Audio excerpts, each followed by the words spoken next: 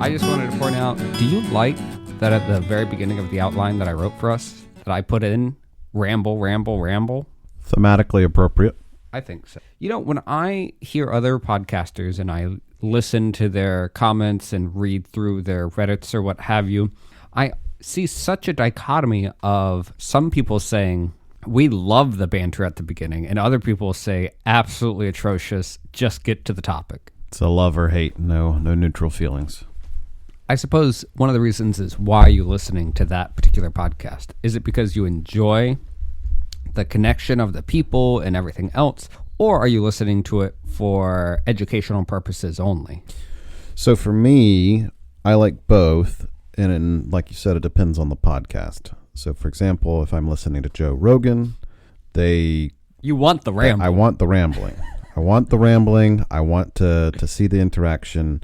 A big part of why I'm there is to see that back and forth, because I only listen to guests of his that are, interesting to me particularly.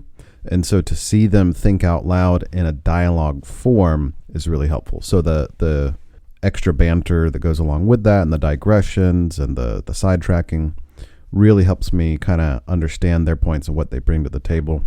And, Joe is a master at getting them to explain stuff. Take me there with you. Yep, exactly. So with an educational podcast, on the other hand, I can't think of an example very easily where I want to hear banter in the beginning. That's fair. I understand that. I will ask you this existential question, and maybe we can start with a great disagreement, because you love disagreeing, because I just finished editing the episode of what you begged for us to disagree. How would you feel if later on down the line we got a little bit larger and then we read a wackadoo book, and I don't mean to say wackadoo in a negative light, but let's say like aliens and ancient pyramids, and then we interview that author? Would that be an interest for you? Yeah, that sounds very interesting. All right. That's good. I almost like what do you call that? A naughty indulgence, a guilty pleasure. That's the phrase. I suppose a guilty pleasure of me is, sure, I love science. I love reading research articles. I've been reading research articles all week this week, but like primary source, literary, jargon filled, because I love the jargon filled, only because I was steeped in that and have that almost like second language, so to speak. But gosh, it is hard for me to just not enjoy a good, rambling believer of conspiracy theories. Like just a true alien believer or a Bigfoot believer, just hearing them ramble, like it's entertaining. I get you. I enjoy listening to people that are really into something. Doesn't necessarily have to be a conspiracy theory, but I'm very much into listening to people talk about what they're interested in or passionate about. And I think it's aliens, that's just an extra flavor. It's just another flavor. I agree. I think in general, though, we need to have more passion in our lives. And more aliens. I suppose we could have more aliens in our life. And I think about the happiness and joy of the cultures that do have more passion. It does come with downsides, such as intentional deaths. I think I'm just thinking of movies about Italy and people being excited and happy and passionate, and then there being like love and romance and then murder. Movies about Italy? Like with Italian flavor or the dramatization. It's the same everywhere. But in my head, we have talking like... about The Godfather? It's got everything you need. Love, death, vengeance, being pulled into becoming a dark monster. I didn't want to become this. Well, he did a good job of it. Right when I was out, they pulled me back in. All right, so with that being said, if this is your first time tuning in, or your fourth time tuning in, or 10th time, which would be impossible, I'm Joel Serrano. I'm Leo Serrano. And we're going to bring you today another episode of Deep Dive Book Club podcast. And this is going to be about Outlived. Outlived is a book by Peter Attia. Subtitle is The Art and Science of Longevity. This book is special for us because it was the first book that we read together in this version of Book Club. Maybe 2 years ago now, getting close to 2 years. It was me, Joel, and a friend of ours named Daniel. We just kind of said, hey, we want to read some books together. This is the first one we came across. And so it holds a special place in our hearts because of that. And it's still one of the best book club reads we've had. It's stood the test of now probably a dozen or so books and who knows how many short stories. It's definitely up there. So we did a great job being lucky and getting our first pick. And this book is definitely something that I think about quite often. It's been super helpful for me personally. Yeah, I think it helped frame a great way to think about my daily choices. And we discussed with Atomic Habits the daily actions and choices in order to vote for the person you want to be. And here, I think this actually, in my mind, philosophically predates Atomic Habits, where before you decide what habits you want to make, you first figure out what are the good things worth striving towards. And in this book, we'll be talking about the causes of death and wanting to have a longer health span, or basically being able to use your body and brain for longer and kind of staving off the decay of our body. And then culminated into this is the exercise, the diet, and we'll talk about towards the end the emotional health, which is just as important as all of the other health as well. So what do you think, Leo? Do you feel like this is a good philosophical predating to Atomic Habits? That's exactly what I was going to pick up on. I think that's a very good way of looking at it, because Atomic Habits can really help you do what you want to do, especially as when it comes to health and habits that reinforce that. But like you said, what you want to work towards, this really helps in that regard. This book, again, by Peter Attia, brilliant guy. I think it's important for us to note right now that he has his own podcast. He has his own body of work, videos. He's put out amazing content. Everyone should check it out. Everyone should go buy this book and read it. We will not be able to cover anything in near as much depth as he has already done, both in the book and his podcasts. What we're doing here is just telling you about our experience with the book, the stuff that we found interesting and our takeaways. But please check out his information. It's super, super helpful and has made a big difference to my life. Yeah, and I think this is an unspoken caveat, but I can just make it a spoken caveat now. In all of our episodes, including and especially this one, everything here is a synthesized version of what we understand in our interpretation, chewed and given to you in a slightly new format. All of the original formats, though, we encourage you to read and hope you do read those so that you can join in our discussion and perhaps help us digest and understand the work, which is one of my favorite parts about our in-person book club, which is we have different perspectives. And so I love when we have disagreements or a new idea getting pulled into our realm. Yeah, everything we read and discuss in our in-person book club is enhanced that much more because we are, seeing a multitude of opinions. We spend a good amount of time really going in depth. The name of our group, Deep Dive Book Club, was just something I came up with in a very short amount of time. It just kind of came to me, but it really is appropriately fitting for what we do. Is we do have deep dive discussions that go on and on and on, and we go through digressions. We get stuck on certain things. We bring in all kinds of things. We talk about the other books we've read and how they, apply to each other. It's fantastic. And even the books we've read that we did not like, or maybe the one or two cases of books we tried reading and were so atrocious that we gave up on, we still had fantastic discussions off of that. So the discussions, and this is a common theme that I've heard both from yourself and others, that the discussions really enhance what we've read and make them that much more impactful.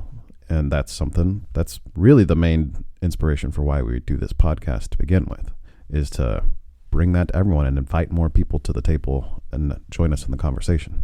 I think that's great. And with that invitation, let's go ahead and dive deeper into this book. So when I have written papers, and this isn't science papers, but my sociology papers or my religious studies papers, you have to start with some context. And in the words of Dan Carlin, where do you start that context? Because everything is in a chain of events. So Typically, I like to break down our human origin along whatever axis we're examining. Although it is hard not to begin with the phrase in the beginning, because everything predates something else that gives it context and meaning for what it'll be here. So in the beginning, in this case, we're going to look at human evolution and the relative factors for our survival. And nature did not have a retirement plan for us in mind. No, our main goal is to survive long enough to reproduce and get that reproduction to be as safe as possible into the future. Exactly. And Attia points out here that humans constantly had fast death to fill our day. Starvation, predators, disease, floods, plagues, meteor swarms, maybe. Probably not. But you get the idea. Death often was the lack of. However, in modern society, since we have it wrapping around us, giving us central AC and heat, it's given us lights in the dark nights, it's staved off hunger, it's given us bear spray. Now we see that death is not the lack of, but the abundance or abuse of. Yeah, and this is a great spot to jump into the different versions of medicine that he uses. He uses a very good, systematic approach to looking at the history of medicine and hopefully the future of medicine. He calls it medicine 1.0, 2.0, and 3.0. Right now we're in medicine 2.0. It's mostly reactive and treats symptoms, and it does good at what it does, and we've got really good first-line defenses. ER's fantastic. But when it comes to addressing long-term health and being proactive, not so good. And then correct me if I'm wrong, medicine 1.0 is prior to, how we think about medicine today and is more so frontline defense. Double check me on that. I think you're right there. When he talks about medicine 1.0, he's pulling it back to like the humors and everything else with our very ancient idea of what medicine was. Prior to the Industrial Revolution, where we had the scientific ideas coming around medicine and how to treat certain things, we see that we don't have a good basis for X equals Y or cause and effect. And in medicine 2.0, as you were pointing out, we have cause and effect, and we have that down pretty good. If you take this pill, it will do this action with the side effect. And we've gotten really good at getting those treatments. And medicine 3.0 is essentially what Attia advocates for, which is a proactive, personalized, and prevention-focused approach to healthcare. Make it specifically tailored to your needs, especially genetic if you can, and fine-tune it and, think much more long-term. That's the biggest takeaway for me from this book, is thinking about the diseases that we'll be talking about and causes of death we'll be talking about, thinking about them much more long-term than we do. I think the modern way our society looks at medicine and healthcare biases us to looking at these things in much shorter time spans than they are actually occurring. The easiest example is a heart attack. Heart attacks, culturally, societally, right now, we think of them as something that just kind of happens all of a sudden, and then you got to deal with it from there. A reactive, short-term period way of looking at it. Whereas the more correct way of looking at it and the more holistic way that makes sense for us humans is a heart attack is something that happens over the course of 20, maybe 30 years. And then there's a sudden cardiac event that we have to deal with, but it doesn't come out of nowhere. It's something that has been in the works for at least a decade, if not more. And that really opened my eyes into how I like to think about health now because of this book. In that way, I would think about it as start treating your heart attack now, 10 years, 20 years before it happens, rather than treating it when it happens. That's a really good way of putting it. Start treating your heart attack 20 years from now. Exactly. So many chronic diseases like type 2 diabetes, cardiovascular diseases, cancer, Alzheimer's, dementia, Attia refers to these as the 4 horsemen. And they're some of the most prevalent causes of death that we have here in our modern society. And I really like that idea. And even without reading through my notes of the book, I remembered the quote unquote 4 horsemen. And so I think that's a great memory device we can take with us and has stuck with me on my day-to-day ideas. It's in the background, you know? Yeah. Dementia, cancer, heart disease, metabolic dysfunction. That I agree. I like that image. It has helped me, and that helps me keep in mind, 4 broad categories of things to be aware of and work on long-term and proactively. And I would say that's one of my favorite parts about this book club and reading all of these things and kind of reviewing them when we discuss it. And now when we're doing the podcast is almost like a computer program. I don't have to necessarily think through every single book I've read as I'm making a daily decision, but it's like a background program that kind of helps influence my actions. And so I really enjoy kind of adding to that background library that helps kind of filter what I'm seeing and what I'm doing and what I'm experiencing. That's a good way to put it. And this is a little bit of a digression, but I think it's a fun one and appropriate. I think of it in a very similar way. When we read something and discuss it, I get a little bit of sadness almost when the book's finished and done. Depending on the book. In that, all this stuff is fresh in mind, and then I regret the fact that it begins to fade and how quickly it begins to fade. And then fast forward, days, weeks, months, sometimes years ahead, and then I'll suddenly have a thought that's related to that book, and I'll remember coming across it in that book, and then it's a pleasant surprise to realize how much that is operating in the background. Like, I read that, it's not necessarily in front of mind, but it is working for me in the background and plays a part in my life, in my thinking. And if I, trace that back, I can see how it's influenced me over whatever period of time. So absolutely, stuff like that definitely works for me too. I might not remember every single thing I read, but it does have a strong impression on me that guides forward, especially something like this book that really resonated. Absolutely. And I'm really glad that we have this arsenal and we're building it. So with that, one important point that Attia makes is that we should not be thought of... let me restart that and edit all this. One important point that Attia makes is that they should not be thought of as binary like a cold. You have it or you don't.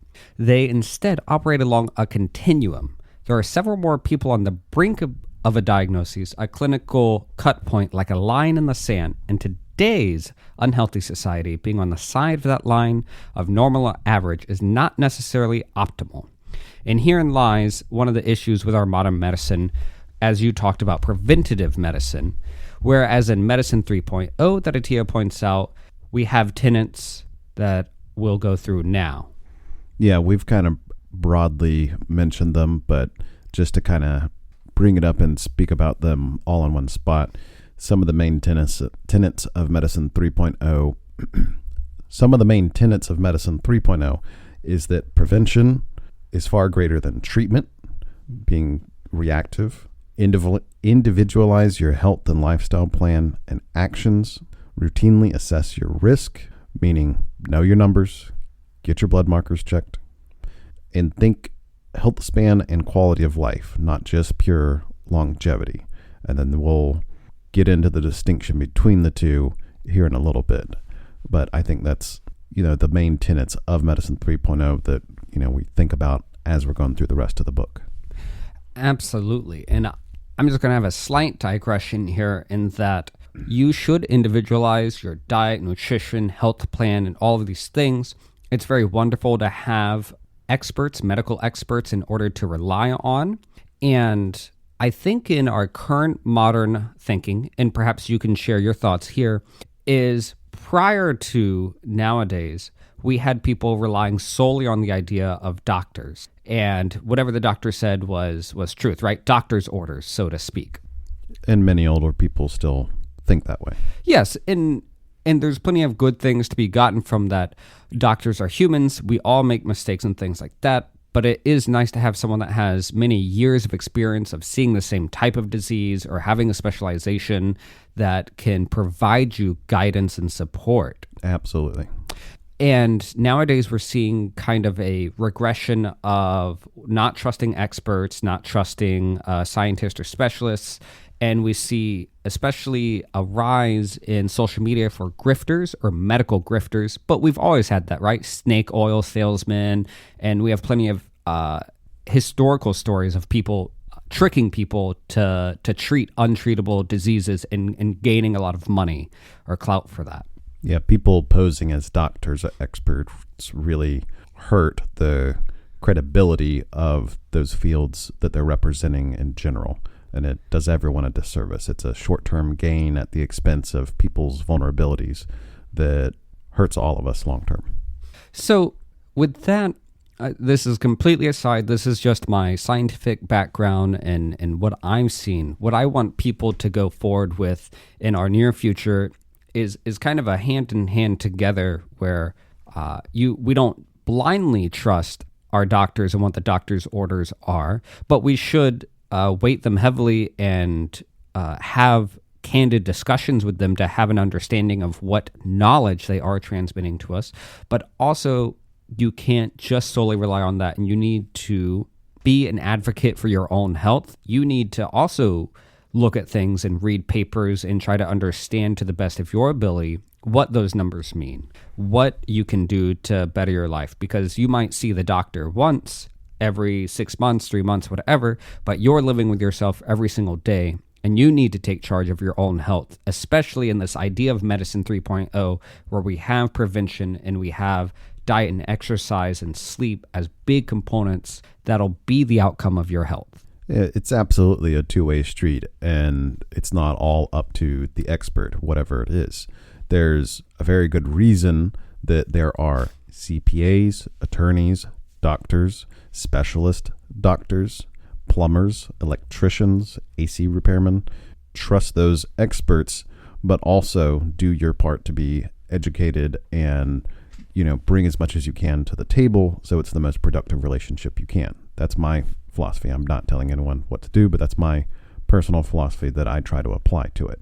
To kind of begin getting back onto the path, talking about Medicine 3.0, if you're okay with it, feel free to cut this out.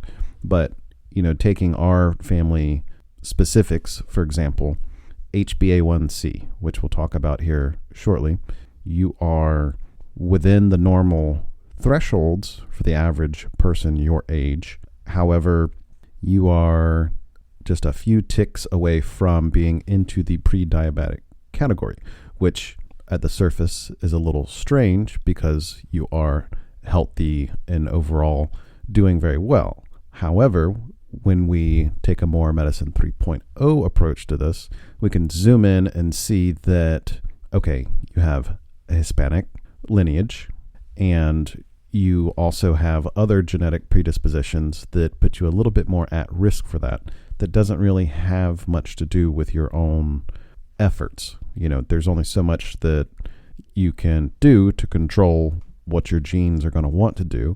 But now that you're armed with that knowledge, you have everything you need to have the best outcome possible in the metabolic category of the four horsemen. Looking at that, or looking at the blood work that I have, was like sailing a ship, and then I took a second to look up at the constellations to get a bearing, and then I was able to correct my course a little bit. Not that I was going wrong or doing really bad, right? Because me, I'm very health conscious. I work out a lot, and I do eat pretty well. So I just modified my already good lifestyle to an even better lifestyle based on the information I now have. Just more appropriate to what is personalized for you. Very personalized. Yeah. So if someone else without your family context and genetic predisposition had the HbA1c score that you did, it's not as big of a deal. But for you specifically, that's a much more actionable thing for you to put bearing on. Yeah, and that's a great way to point out that Medicine 3.0. And in the same way that Attia writes, quote, "Living systems are messy and confounding and complex. The best we can hope for is reducing our uncertainty and think in terms of probabilities and risk," end quote. So with that in mind, I really like to think about you taking action and being the advocate for your own health, relying on experts' opinions and the numbers, so blood work, DNA work, all of these things, and consider what the probability and risk is. And a fun one, just because I love grilling and grilled food is delicious, those, when we eat a grilled piece of meat or veggie, they have carcinogenic components to it. And so I weigh that risk out, and I'm like, you know what? Sometimes it's okay to eat that roasted meat or veggie because I'm willing to take that risk. You're willing to take that dose of carcinogen. Yeah. Right. I mean, every time not to get too nuanced, but every time you have some type of carcinogenic agent inside of your body, they are typically some style of free radicals, right? And so we talk about antioxidants. These antioxidants are able to absorb free radicals. A free radical is just an unpaired electron. That unpaired electron is able to disrupt other electron clouds because it has the ability to bond to components that don't want to be bonded to. And this gets into a fun world of chemistry that we won't digress into, but all of that is a statistical probability for how many free radicals you have as to how many of them will interact with something. And because we have 6.023 times 10 to the 23rd number of components per mole, we have a large enough number where statistics truly mean something on the atomic level. Now, before we get any further into that digression, talking about statistics and fun numbers, we'll move on to talking about centenarians. Is that what you want to talk about next? Next? That's what I wanted to talk about. How did you know? Yeah. It's almost like you have the outline in front of you. Right. Okay, so Peter Attia looks at centenarians as a way to kind of work backwards and figure out, what did they do lifestyle-wise, genetic-wise, what can we learn from centenarians? Because they are meeting a specific definition of longevity in that they are living for a long time. Now, their quality of life also is something to take into consideration, and right now is probably a good time to talk about the two components of longevity as Peter Attia sees it. He would say, I think, longevity is comprised of course, how long you live, but also the other side of it is health span, which he would define as how well you live. And those are not necessarily the same thing. You could have a diminished health span, but still live an extra 10, 20 years. It's just how well are those last 10, 20 years. If you are wheelchair bound, suffering from some cognitive decline, and have to take a bunch of medication for metabolic issues you have going on, how good of a quality of life is that? And again, that reflects one of the main tenets of Medicine 3.0. Let's take into consideration quality of life along with, are we keeping this person by definition alive? Me personally, I don't particularly like the prospect of, living an extra 10 years if that quality of life is not going to be that great.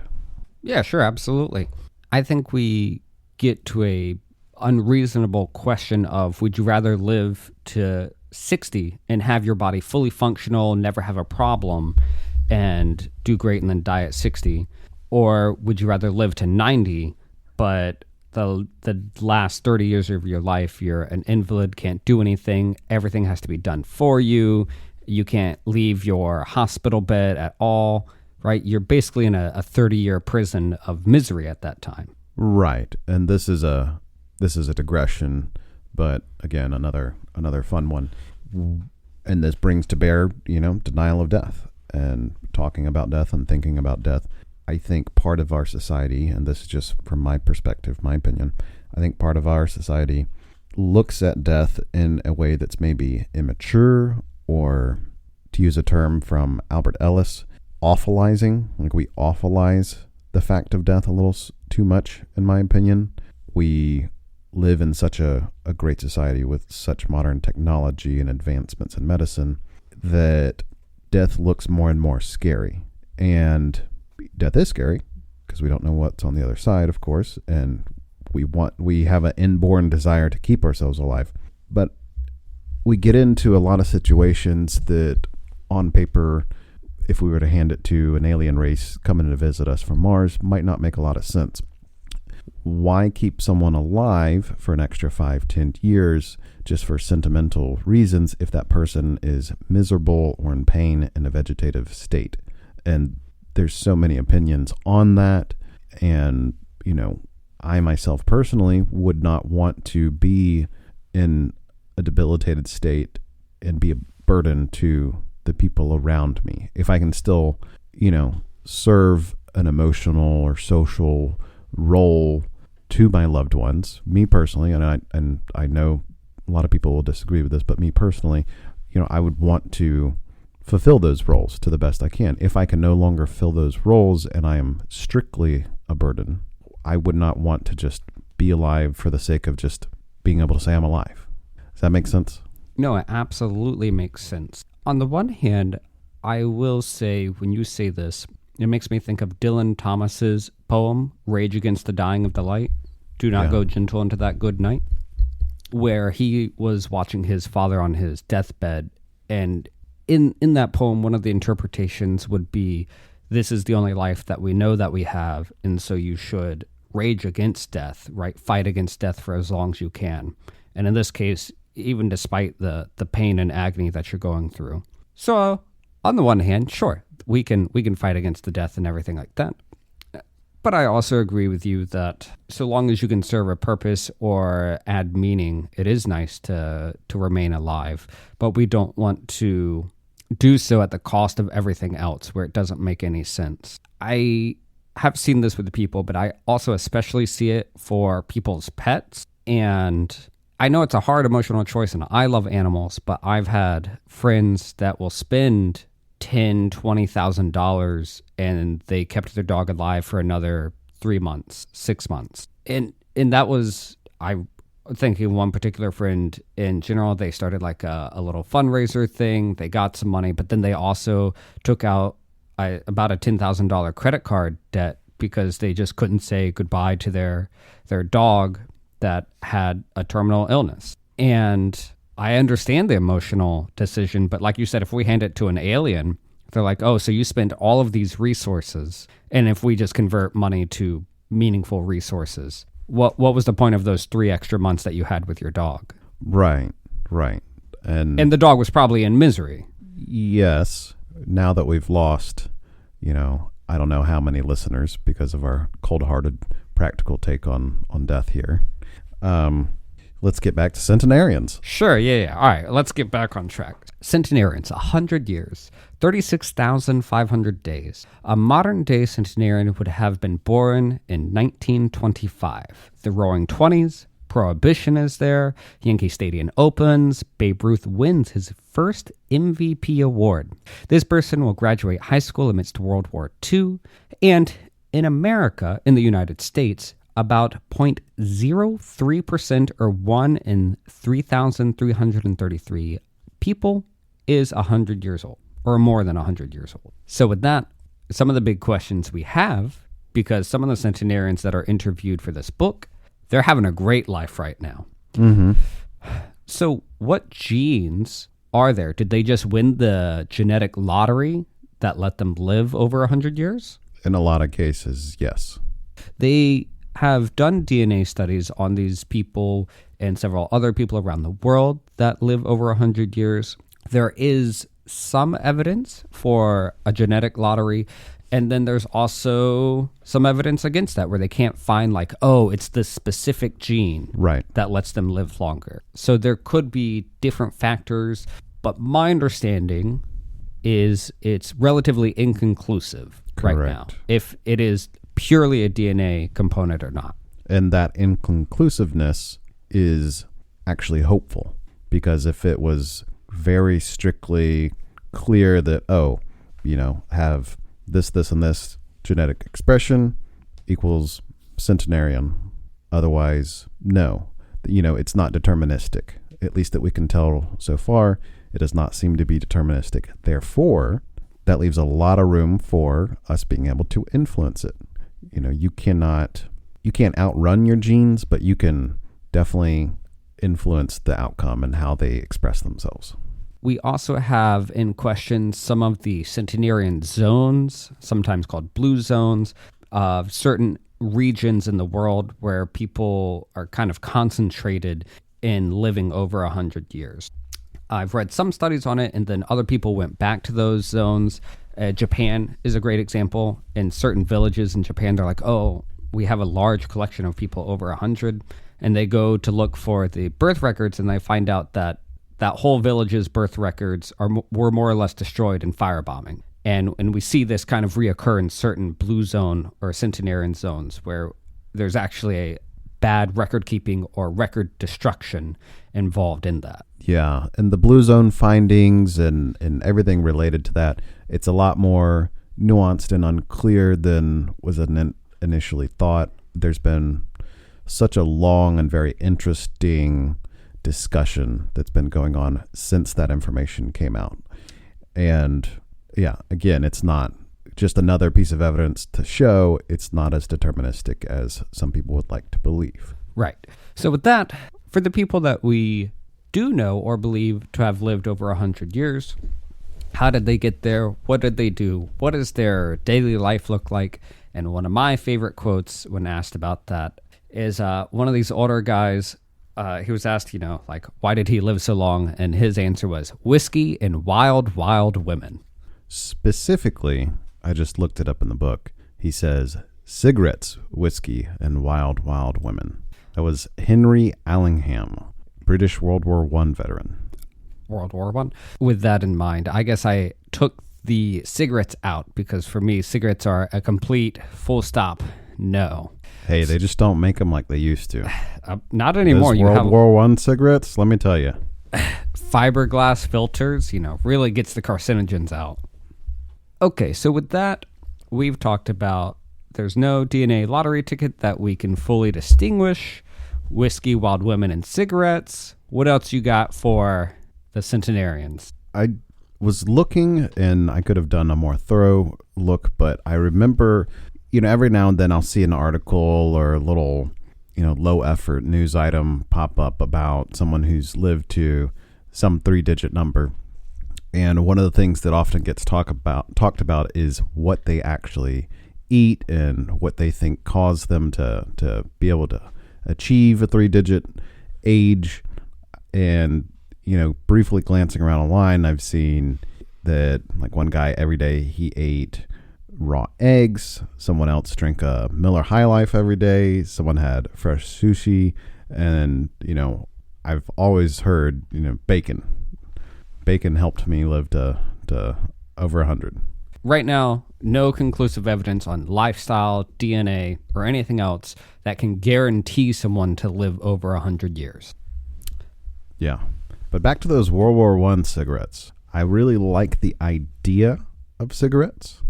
I don't know if you've read Atlas Shrugged, but she's got who knows how many pages worth of a monologue of a character philosophically waxing about, the greatness of cigarettes, but they're just have zero health benefit whatsoever.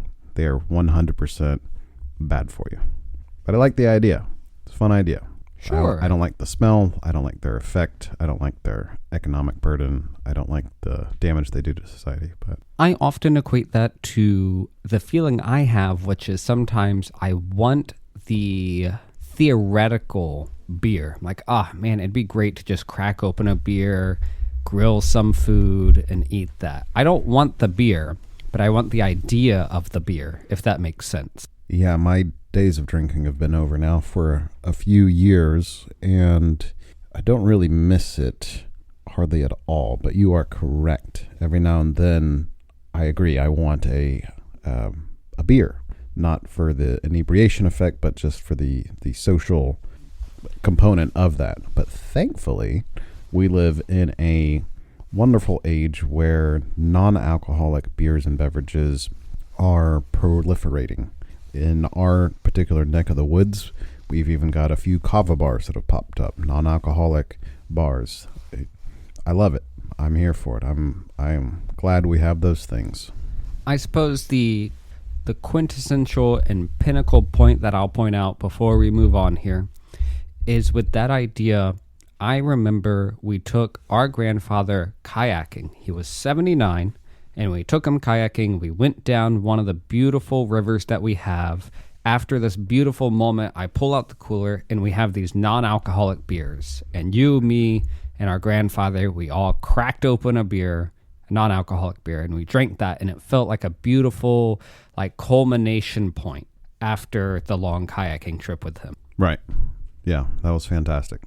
So after that beautiful, emotional, happy memory, let's talk about death and the real serial killer of our modern day. And the statistics that we're about to go over are all related to the U.S. and have been pulled from statistical data only for the U.S. If you listen outside of the U.S., then this probably pertains to you if you live in another modern, high-income society. So in America, 2024, we had about 3.1 million deaths. Looking at the top-ranking ones, we have heart disease, followed by cancer, and then unintentional injury, stroke, respiratory disease, Alzheimer's, diabetes, kidney disease, liver disease, and then suicide. So those are our top 10. And then this is from, where's this data coming from? This is coming from the National Vital Statistics Report, Volume 74, number 10, produced by the CDC. Okay. Somebody's going to ask.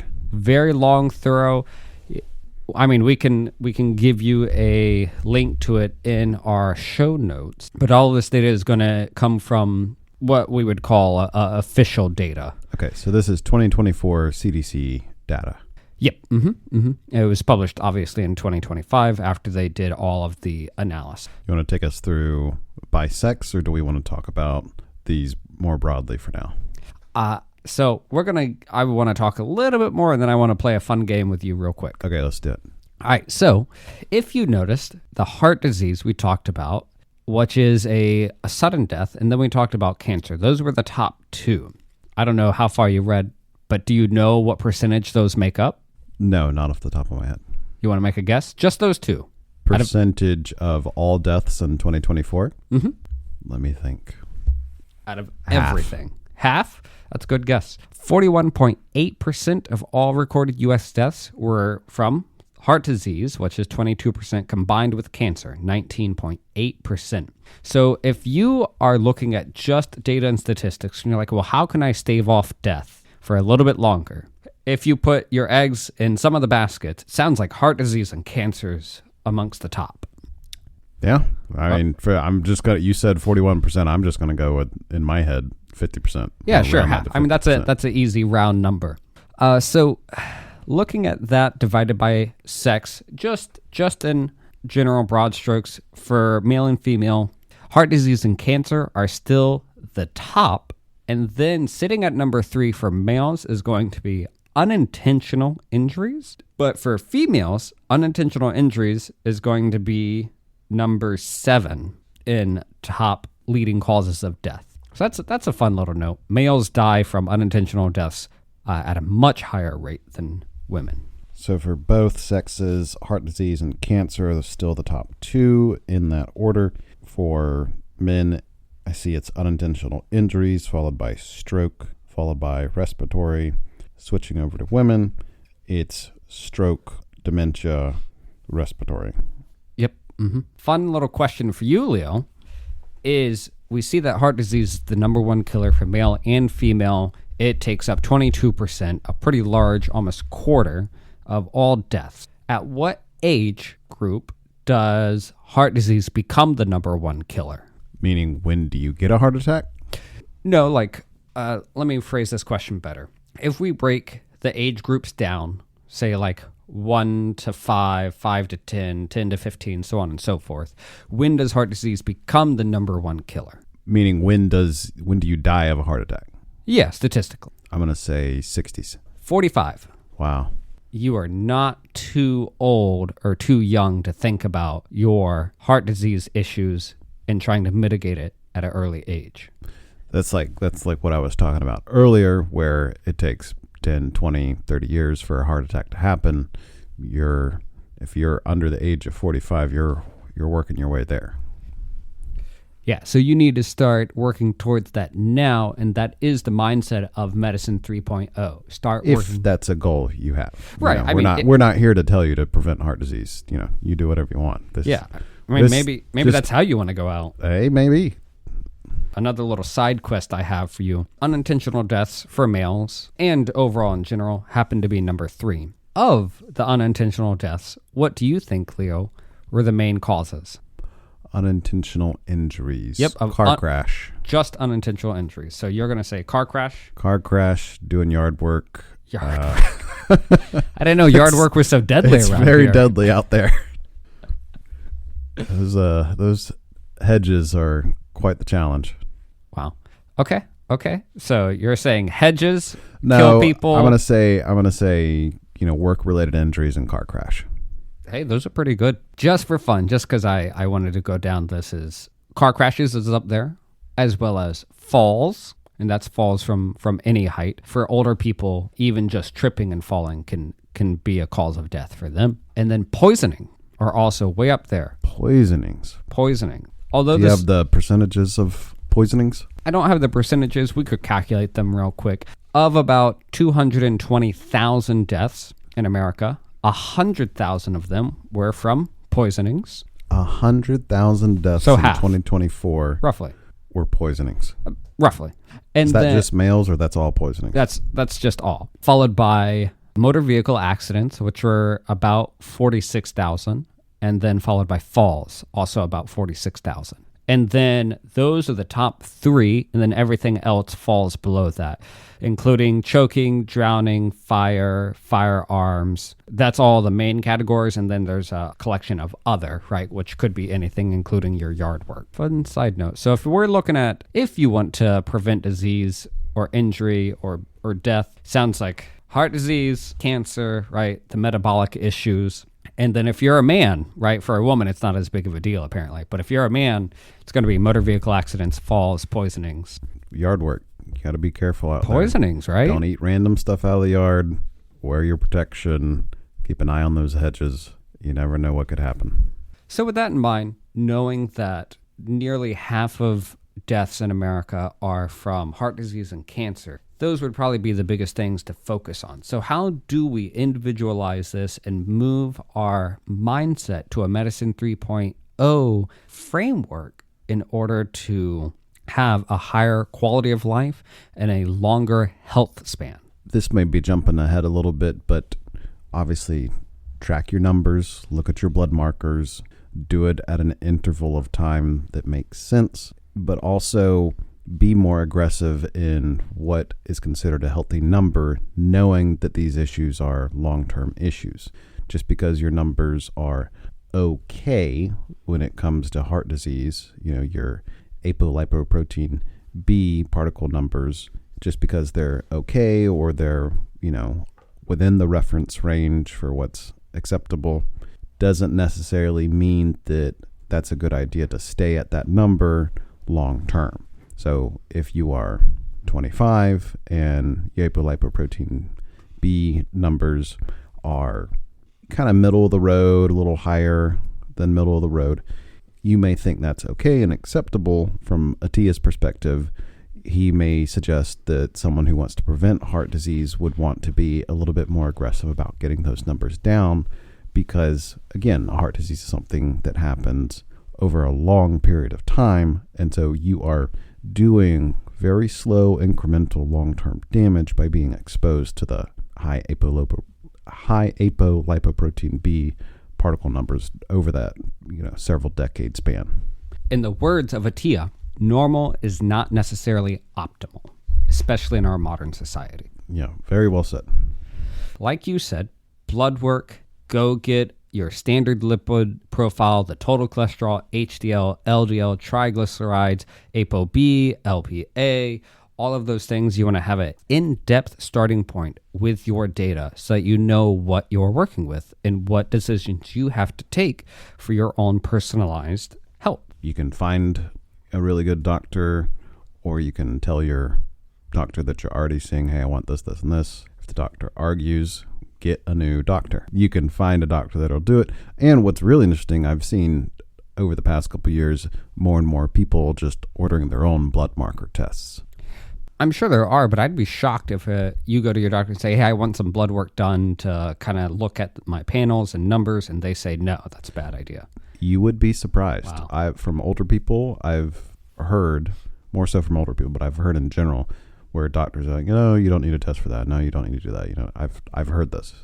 And you would think from a malpractice and liability standpoint that they would lean more towards overdoing the test than underdoing them.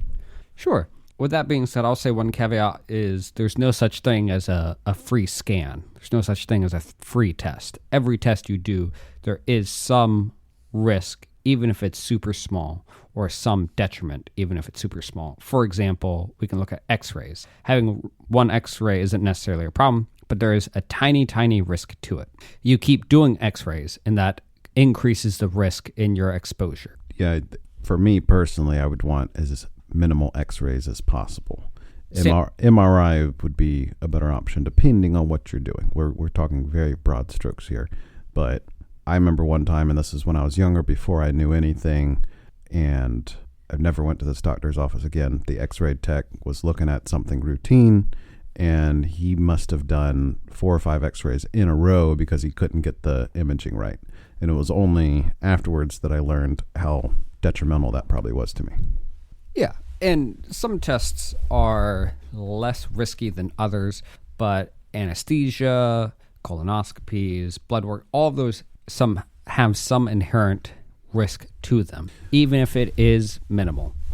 Well, with blood work, and I don't know if this is what you mean, so please correct me, but with blood work, getting blood drawn, very, very, very low risk as far as like getting injured or complications. Looked at from a different perspective, you should be careful. This is the way I think about it. Again, not telling someone what to do, but the way I look at it, I don't want to get something measured if it's not going to change what I do. Like if the number that comes out will affect my actions and behaviors, then it's something that's okay to get measured. If I'm not going to do anything with that information, why get measured? You also run the risk, another risk, and this again could be something you meant. The other risk is over-diagnosing and, chasing rabbit holes that aren't really there. Or adding too much financial burden to you Yeah, absolutely. If that is a concern. For now, and what we're about to go through, which is a relatively long list, these are all broad brushstrokes. We're not going to get into the complete nuance of every single little piece. Like Leo said, blood work, we talked about getting scanned, and in this case, get scanned early, get scanned often. But all of this proceeds you first, if you can, getting to know your family history and getting to know what things you do need to look out for. So having those conversations with other members of your family to know what you need to get scanned for, what you need to get tested for, that'll help kind of start you on your journey of your own Medicine 3.0 and knowing what you need to pay attention to. Right. And adding to the family history component of it, DNA testing really helps. You take a look and see how your genes are expressing. Genetic testing that I've had done on myself revealed ApoE4 gene expressions, which is a very high risk for Alzheimer's disease. So that gives me a great map for how to navigate the next couple decades when it comes to my health. If I didn't do that, I would just be blind to that. Right. So that's a great example of you being able to make actionable items about your lifestyle based on the data that you are given. Another thing to think about, depending on your family history, DNA, and lifestyle, is your metabolic issues. So, for example, glucose, how you metabolize glucose, if you should get perhaps a glucose monitoring system just to see what your body's responses are.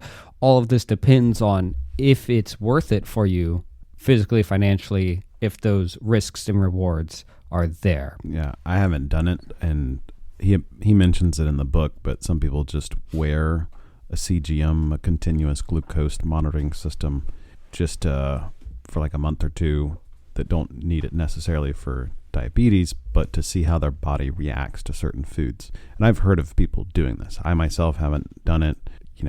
Maybe in the future I would do it just to try it out if I can find some time and resources that make sense to do that. But that's I love that idea because everyone's body reacts pretty uniquely, and that goes with the desire of personalizing your medicine and personalizing your healthcare. Let's say we're both wearing a CGM and we both have a sweet potato. It'd be very interesting to see how your body reacts to that sweet potato versus how mine reacts. We're eating the exact same thing, with the same context maybe of what else we've had that day, how much time has passed since we had something else, so on and so forth.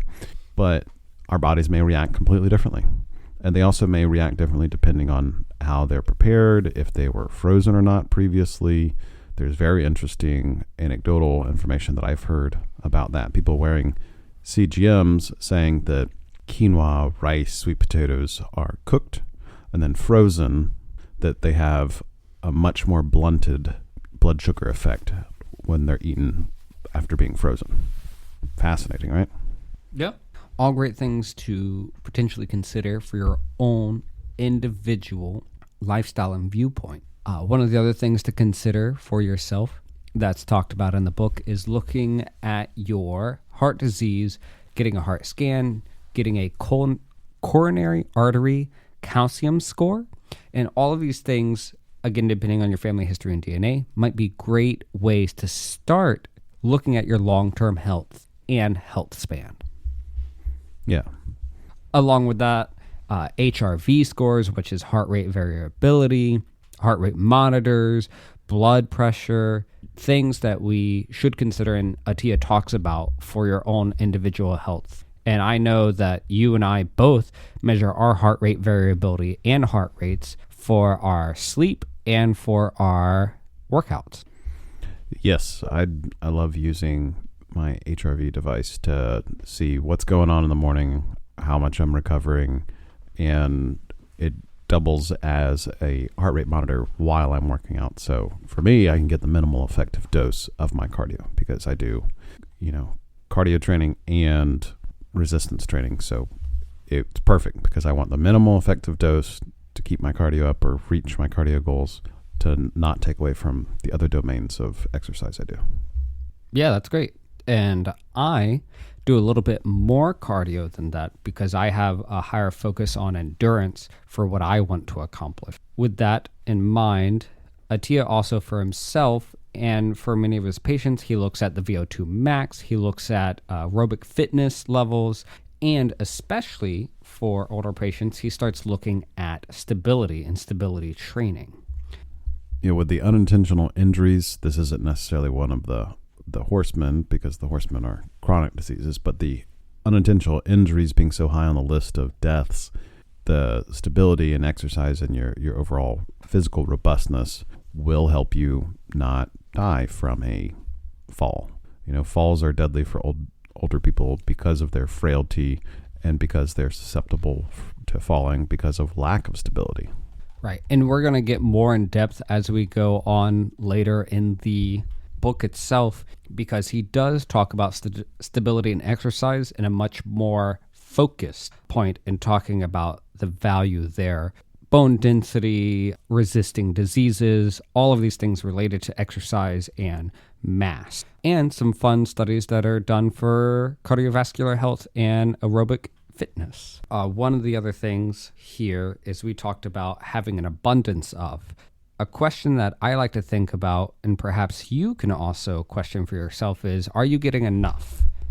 And going down the list is exercise. You're asking me if I'm getting enough exercise? I'm asking, you're just asking a rhetorical question? I'm asking you and our listeners. I mean, for me, I'm getting enough exercise, but, Peter Attia would have his own opinions about what constitutes enough. For me, I know I'm getting enough.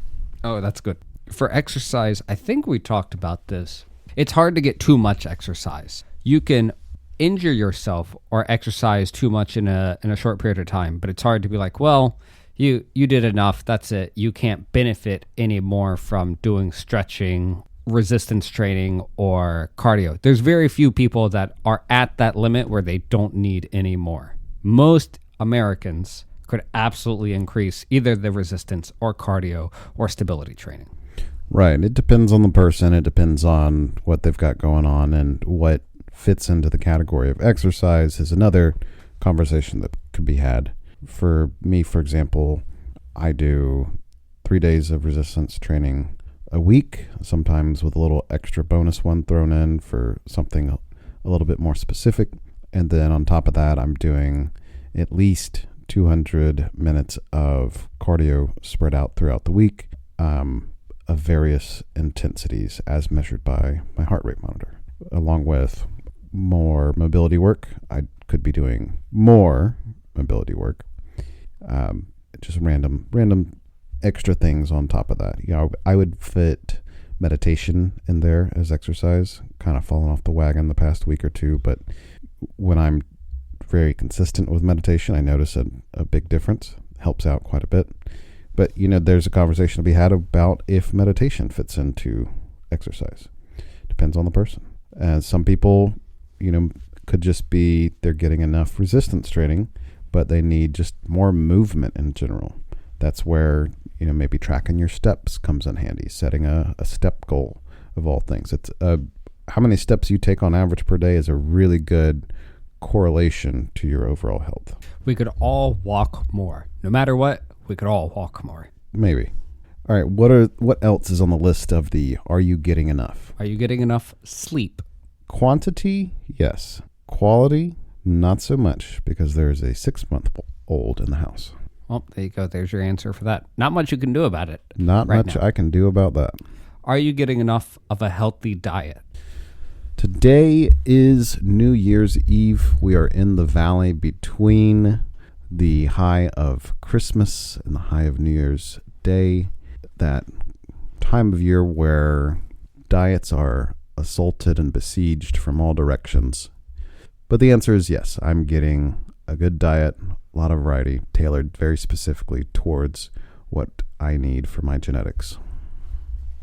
Good. What about you? Are you getting a healthy diet? You getting enough nutrition? I am getting enough nutrition. I've recently tailored my nutrition a little bit further and dialed it in, and I think I'm getting a pretty healthy, balanced diet right now. And I've done a little bit of a time restriction for myself, and I've also eliminated some things from my diet, which we'll see how that goes. I can tell you right now, today, I am feeling fantastic. And is that because of the diet that I've changed over the past week and a half? Or is it the caffeine? Probably not the caffeine. I mostly had decaf, but could be caffeine. Are you getting enough sleep? I could always use more sleep. I don't like sleeping, but I absolutely need to sleep more with my genetic predisposition. So I need to work on that. More or better? Mostly more. I have pretty deep sleep. I have dreams almost every night. I get pretty sound sleep. And even though sometimes my quantity is low, I sometimes only end up getting 6 hours, 7 hours, so to speak. I'll wake up, I'll do my HRV, and my recovery scores is really high. And my resting heart rate lately has been around 48. 48 is good. Yeah. Mine's sitting around 54, 55. That's really good. Yeah. That's really good. So are you doing anything to measure your sleep? You wearing a device to check your sleep quality? No, I just read my book with a red light filter on, and I just make a note of the time when I put the book down. I usually fall asleep pretty quickly after that. And then whenever I wake up, one of the first things I do is measure my heart rate. So I have a relatively balanced understanding of how much sleep I get. I don't wake up in the middle of the night often. Are you getting enough exercise? I could always use more. But my resistance training and my cardio training are pretty high right now. I'm really pushing that. Are you overtraining? I don't think I'm overtraining yet. But I am getting good feedback response from my body's performance when I do cardio and my body's performance with my resistance training. I've been able to push my resistance training pretty high lately without any injury or drawbacks. And in addition, even as I'm making new personal records right now, I still don't feel sore. That's good. You should not be, in my opinion, very sore if you're doing resistance training correctly. Yeah. And then the last question, which incidentally is the last part of this book that we'll get into deeper, is, are you getting enough emotional health. Are you managing your stress enough? My stress is pretty good right now. There's always things that life throws at you that, causes you to want to pull your hair out. But on balance, everything's looking pretty good right now. What about you? Are you managing your stress well enough? I think it's been pretty good. There's always ups and downs like an elevator job, but overall, life is beautiful right now. It's wonderful to be alive. Everything's pretty great. And my emotional health is quite well right now. Yeah, you're in a great mood today. I feel fantastic today. And gosh, I wish I could know why so that I can reproduce this day after day, because I feel motivated. I'm feeling productive. Everything is just a beautiful culmination of... Yeah, there's just some of those days. There's every now and then there's this day where I wake up absolutely energized and ready to go above and beyond, a normal good day. Those are fantastic. Yeah. And on that happy, positive note, we're going to take a quick break here, come back and finish the last section of this episode, which will be half of Outlived. Beautiful.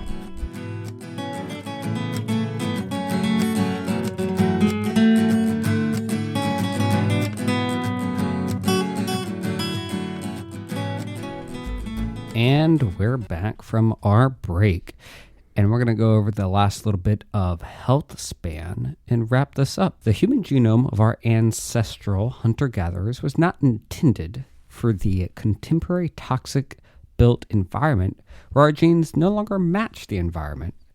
Therefore, we must be cunning with our tactics to adapt and thrive in this new, hazardous environment. This is something Peter Attia screens for in his own medical practice. He has his patients screen for this. He also goes through a nutrition-focused, metabolic-focused screening that involves, are they under or overnourished, meaning are they getting too many calories on average per day, too few. He does a lot of DEXA scans, takes a look at their abdominal regions, looks at their body fat percentages, bone density, that type of thing. Same thing also with a DEXA scan. He'll take a look at, do they have enough muscle mass? You can't really have too much muscle mass, especially as you get older. But, seeing where they're at, and the more muscle you have as you age, the more stability you can kind of glide along with, because the older you get, the more difficult it is to build muscle mass. And then he also looks at important glucose and lipid panel items, as well as VO2 max to check your exercise. We already talked about glucose prior, and then lipids, of course, you've ran through a list of biomarkers that help with that type of thing. But that's to screen for heart disease and a few other things. So he runs them through all of that. He's very proactive and wants to be preventative rather than reacting to something that's way too late to work on. DEXA scan, if you can afford it, and if there's one near you and it makes sense. DEXA scan, every couple months, a year. I've seen a lot of people do that to kind of track what their muscle mass is doing, especially in older people. You can track what their bone density is doing. That bone density for someone who's older is a major difference in how dangerous and damaging a fall could be. The more you work on these things and focus on these things, it expands your health span. Remember, health span is the component of longevity that answers the question of how well are you living. So we've been circling around this topic several times, but as we look at optimizing our health span, we have to look at optimizing our lifestyle behaviors. And this is going to encompass that nutrition, sleep, exercise, and emotional health or stress management. And Attia points out pretty well that this is not a prescriptive book. He does not give you a way to approach this. He rather tries to give you the tools and how to approach this and build your own prescriptive kind of playbook. So each person has to create that for themselves based on, like we said, their family history, their DNA, their own numbers. And these are all things that if you care about the preventative medicine 3.0, you go get those and you can start building off of that. I know that there is a current push for medical practitioners that are able to provide this service for people. The goal of being more preventative, and our mindset is becoming more towards that medicine 3.0 in certain fields. Yeah, there's certain businesses and practitioners who are kind of bearing the torch on this and in the forefront of pushing medicine in this direction. So that's something to also think about encompassing into your lifestyle if you live in a populated enough area that's fortunate to have these types of medical practitioners. Focusing on these, we can take action and start to change our daily activities to create habits. And this is where we talked about at the beginning of the episode. After you get the what you want to do and what your goals are, we can then take the next step forward with James Clear's Atomic Habits and making it a daily practice. Okay, let's jump into nutrition. Peter Attia dislikes the term diet and prefers the term nutritional biochemistry, which he thinks better explains the complex intertwined processes of nutrients and metabolism. Given the rate of obesity in many Americans and other countries around the world, caloric overload is an important issue. Obesity, and specifically central or truncal obesity, is linked to high blood pressure, high cholesterol, poor glucose, and what is called the metabolic syndrome. However, it's just not obese individuals that have health issues, as 22% of non-obese people meet criteria for metabolic syndrome. Outward bodily appearance or physique don't necessarily have anything to do with how someone's metabolic health is. Someone can be skinny and metabolically unhealthy. They also likely suffer from low muscle mass. I would not say that you, Joel, suffer from low muscle mass and your body fat percentage is probably sub 20 right now. But again, we briefly mentioned your blood markers are a little too close to the pre-diabetic mark for you. In my case, speculating on everything I know, this is a great example of genetics playing a factor, but also my diet in our modern society playing a factor, because white rice is easily available, white bread is easily available. All these super cheap and honestly delicious foods are so readily available that we don't necessarily think about them. But having white rice or white bread and all these things that have low dietary fiber and high carbohydrates can easily help push someone towards having a metabolic issue. And that's not even necessarily a fault of their own. It's just, especially if you don't have the money to afford higher quality foods or the ability or the time. And I suspect, especially, a lot of people don't have the time investment necessarily to read every nutritional label as they start to buy foods and things like that. How easy is it to go buy bread or have something delicious? Too easy. And those carbohydrates that don't have any fiber attached to them, such as fruit juices, are such an easy solution to fulfilling your desires. And insidious from a marketing standpoint, because it gets, it's displayed as being healthy. Hey, look, this is coming from fruit. And they'll use a phrase like 100% juice, as if, that is actually healthy.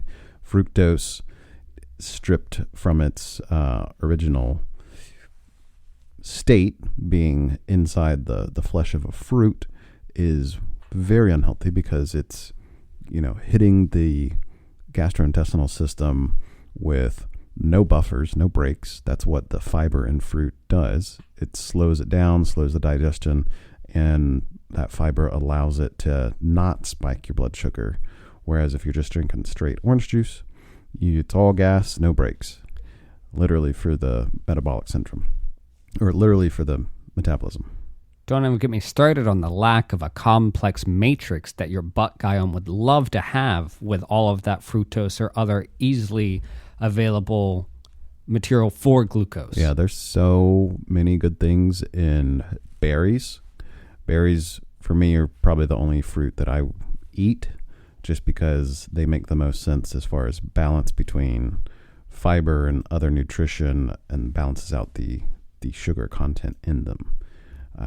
Blueberries, you can't get much healthier than a blueberry. Blueberries are great.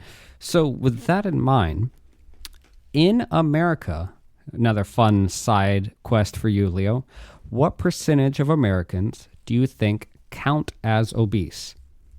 If I had to guess, I would say 40%. That is exactly correct. It is about 40.3% right now. Oh, nice. And that's just what we constitute as obese. That's not even near obesity, or as we talked about. By obese, we're using BMI. Yes, yeah. Which is not necessarily a great marker for obesity, and we can talk about why that BMI, again, we can take a little digression on BMI here, but why don't you pull up the chart and what it means? I think last time I checked, I am technically obese according to the BMI chart. So BMI is going to be body mass index, which is not necessarily the best marker, but it can begin to shed light on Americans because it's easy data to acquire. And the reason why it's easy data to acquire is all it is an expression of weight divided by height. And in this case, we have what we consider underweight, which will be, and this is going to be in metric, 18.5 kilograms per meter squared, all the way to overweight, which is going to be 25 to 30 kilograms per meter squared. And then above that is going to be 30 kilograms per meter. What are those in American numbers? I don't know. I can convert it for you, but it's all that to say, and we can continue this digression if you would like, but all that to say is we have a lot of people in America that have too much mass for how tall they are. And that's according to BMI. According to BMI, I have too much mass for my height, but that probably has something to do more with resistance training than anything to do with fat. Sure. I mean, you shouldn't have so much mass that you give yourself sleep apnea, for example, because that'll also cut your life short. Yeah, but what about your deadlift numbers? I know, Leo. It's tough. Plus, I mean, I want to get my spinal column muscles to be stronger. Got to protect my spine. I don't want any injuries to that. Did you already read this quote by Attia? Looking at the next section I want to talk about. I have not. All right. So, quote, "The logical first step in our quest to delay death is to get our metabolic house in order."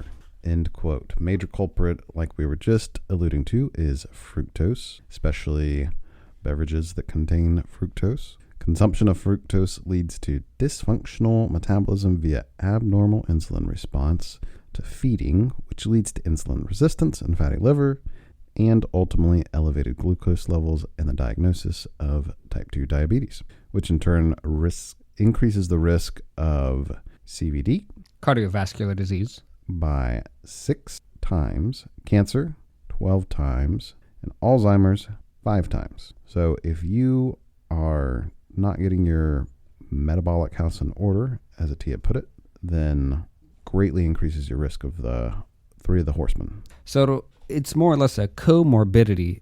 It's also the fourth horseman, right? It's the 4th horseman. Metabolic issues in it. Yeah, and they're all very interrelated. Yeah, I mean, what you eat is going to be what you are. It's going to make up what your body has to work with. So if you give it poor foundation, it's going to develop further issues with cancer, heart disease, and Alzheimer's. Yeah, and in the book, he lays it out in a way that makes sense to look at nutrition. It is about what you eat. It's also about when you eat it, and it's also about how much you eat. If someone's undercaloried or overcaloried, it makes a big difference. How big your eating window is makes a very big difference. And of course, if you're eating a bunch of highly processed foods, it's going to have a major effect. Absolutely. The standard American diet, the SAD diet. So with that in mind, what you eat, when you eat, how much you eat, all of these are important things. And our bodies are so good at holding on to calories because we've been programmed for that fast death issue, that starvation, that needing to survive, that needing to walk for a long time before we do find other calories. We're very good at it. Honestly, the body is a survival machine. Impressively efficient, especially female bodies are even more efficient and better adapted than male bodies in many ways because they can survive winters better and longer because of their capabilities. And they can run on a lower basal metabolic calorie than we can. Honestly impressive. Yeah, the body is amazing. So with these levers or buttons, as you want to look at it, we can look at dietary restrictions, which is finding the mix of macronutrients and what you want to get more of. Oftentimes, we could always get more fiber in our diet. And that fits into the what you eat category. And looking at, I've been doing a lot of research on protein sources and getting healthier protein sources. Shrimp is my current interest that I've been reading research articles on, and it looks like I'll be eating more wild-caught shrimp. Okay, great. And then the other lever that we can look at is time restriction, which refers to when you eat. And I've been reading some good research articles on autophagy, or looking at intermittent fasting and fasting as a way to reduce potential risks for cancer and other issues. You want to say anything about the timing? It's definitely a lever that I like to play with, and it's a major component of how I think about my own nutrition, just from a dementia risk standpoint. Dale Bredesen has a lot of great material on specifically how to eat to prevent dementia.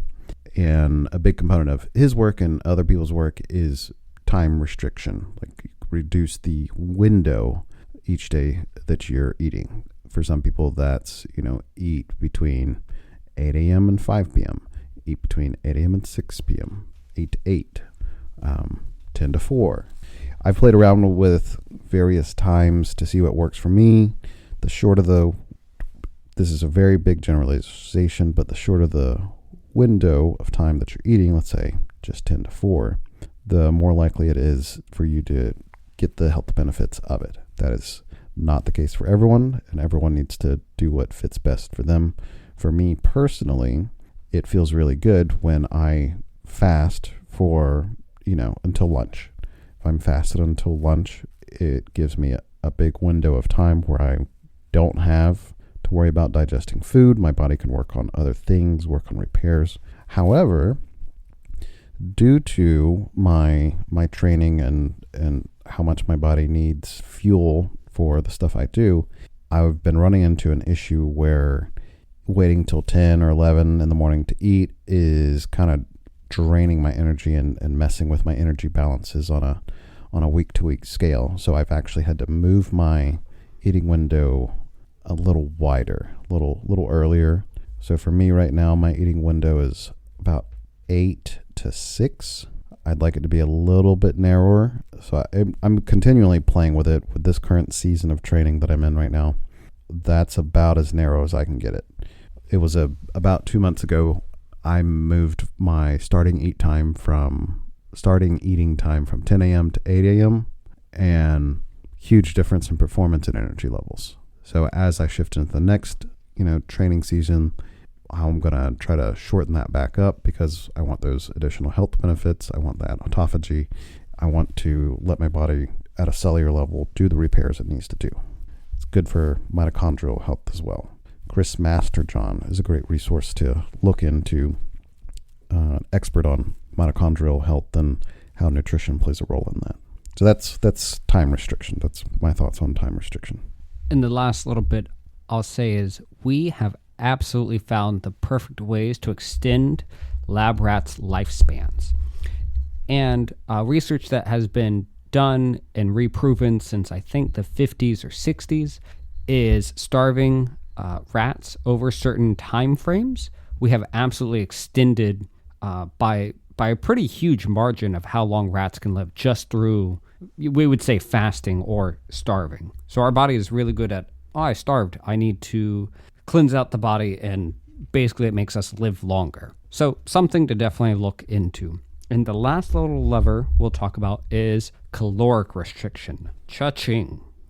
And then the caloric restriction and the time restriction are both categories that they've applied to rats and gotten pretty amazing results. But caloric restriction is that other nutrition key we mentioned earlier about how much you eat. So caloric restriction is just what it sounds like. If you're eating 2,000 calories a day, you can move it up or down. You can move it up to fit your needs, however you need to do that, and then move it down depending on what your goals are. You don't want to, depending on your situation, you might not want to lower it too quickly. You might not want to have that big of a deficit. In the opposite direction, if you do need to gain a little bit of weight, depending on your age and situation, there's a lot of thought that can go into, okay, do I add an extra 200 calories to my diet or an extra 400 calories to my diet? What do those, extra 100 calories look like? Where are they coming from? There's very interesting data out there on if you are going to eat excess on purpose for specific goals or reasons, you can bias the outcome of where those extra calories are going if you're, say, increasing the protein part just by itself. If like those extra 200 calories come from a high protein source. Very interesting data that's out there right now about that. So those are the three levers that referred back to the three questions of what you eat, when you eat, and how much you eat. So just as a refresher, you can move the lever of dietary restriction based off of what you eat. You can move the lever of time restriction based on when you eat or the timing. And calorie restriction is the last lever, overall that you can pull on. And that's just simply how much you eat, how many calories you're getting in per day. So all of this nutrition encompassed inside of Medicine 3.0, we can call Nutrition 3.0. And Nutrition 3.0 is based on the data and feedback instead of the labels, trends, and dogmatic ideology. Peter Attia stresses that in general, diet and nutrition are poorly understood by science currently, and definitely is muddled by misinformation. We need look no further than the pseudoscience food pyramid that the FDA produced after World War II to get rid of excess food supplies, and the misinformation and misleading saying that Crisco or margarine was healthier than other oil sources. Yeah, don't get me started on the history of the USDA food pyramid. Which was all an economic ploy based on the manufacturing and excesses we had after the war. He advises us to, quote, think instead of figuring out what works for your body, your nutritional biochemistry, and goals, and what you can stick with, end quote. And that's the key. You can eat the most perfect diet if you're a single meal, but realistic changes, stuff you can live with, that's what helps you with consistency. Just like with physical fitness, the most important factor that I can think of is consistency. Not necessarily, how good your program is or what you're doing like the day of that you're in the gym, but are you consistently getting in at a regular pace? Are you hitting the gym as often as you should be? Even if you're having a crappy day, the more you can be consistent with showing up, the more clean and high quality your results are going to be. So with that, we get into what we just talked about that in the last series, which is James Clear Atomic Habits. What is going to last longer? And that's going to be more important than, like you said, picking the perfect diet. Right, exactly. So, and one of the last things Attia leaves us with in this section is bad nutrition can hurt us more than good nutrition can help us. Absolutely. Absolutely. I love that point that he made because it's true. I mean, there's only so much you can do as far as like eating the cleanest, most wholesome foods.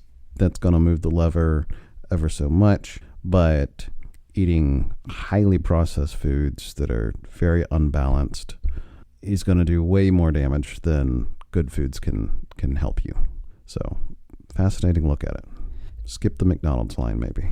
And my last tie-in, which we need to do a series on the happiness hypothesis, because I think that was a good work that fits into this genre, is he was talking about being over in Bhutan and them thinking about death. And one of the metaphors that stuck with me that one of the people he interviewed talked about was we're all hiking on a mountain, and we're all walking towards a cliff, that cliff being death, and knowing that we're heading towards that. And in this case, taking that metaphor of we're heading towards the cliff of death, eating good nutrition is going to be taking a nice slow walk, enjoying the scenery. Eating bad nutrition is going to be running towards the cliff. Yeah, that's a good way to put it. And with that, I think this is going to be a great stopping point for our first part of this great book that Attia gave us for Outlived. And with that, is there any other last thoughts you want to give this episode?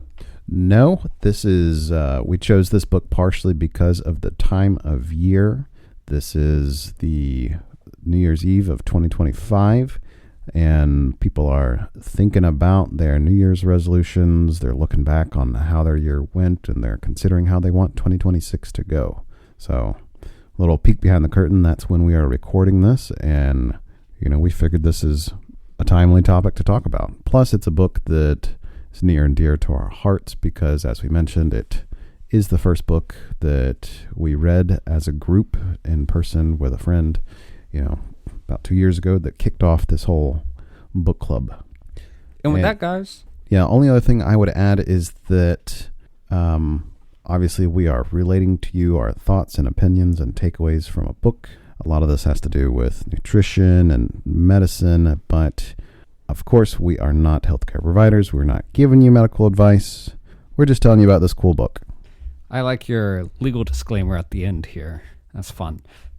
On that note, I've been Joel, that's been Leo, you've been the audience, and this has been a great time had by all. What a wonderful way to start 2026. Thank you for those of you joining us for this journey, and I truly, sincerely would love to hear your thoughts and opinions if you reach out to us on Instagram at Deep Dive Book Club, or send us an email at deepdivebookclub@gmail.com. All right. See you guys next episode. See you guys next week.